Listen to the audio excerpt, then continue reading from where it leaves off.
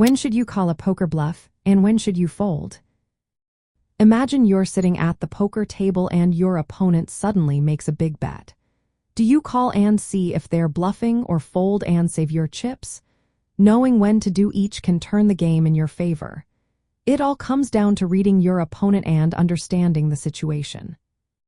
First, think about who you're up against. If they are aggressive players who bluff often, calling can be profitable. These players tend to bet with weak hands just to scare others away. But if you're facing tight players who rarely bluff, it's safer to fold because their bets usually mean they have strong hands. Also, players who call every bet are called calling stations.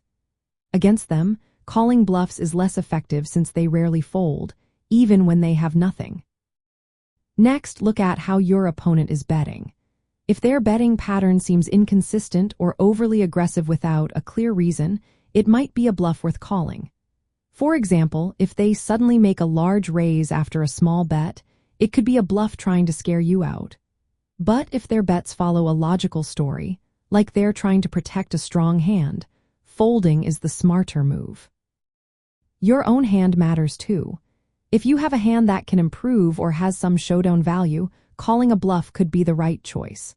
For instance, if you hold a hand that might make a straight or flush on the turn or river, calling makes sense.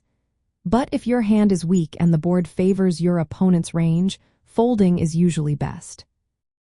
The texture of the board also plays a role. If the board is not very coordinated and unlikely to help your opponent, calling might be good. But if the board is very connected or dangerous, and your hand is weak, folding is safer. Your table image can influence this decision. If you have been playing tight and solid, your calls might be more respected, encouraging opponents to bluff more. Also, consider recent history.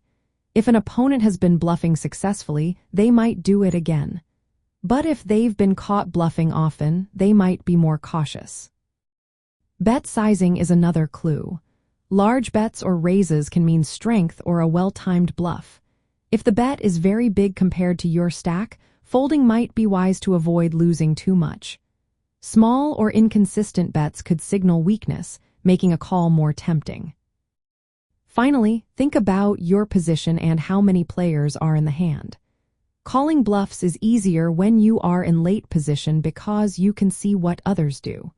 When multiple players are involved, the risk increases because someone might have a strong hand. In the end, folding to a bluff is often the safest choice unless you have a strong reason to believe your opponent is bluffing. Making the right call requires paying close attention to their tendencies, your hand, and the situation.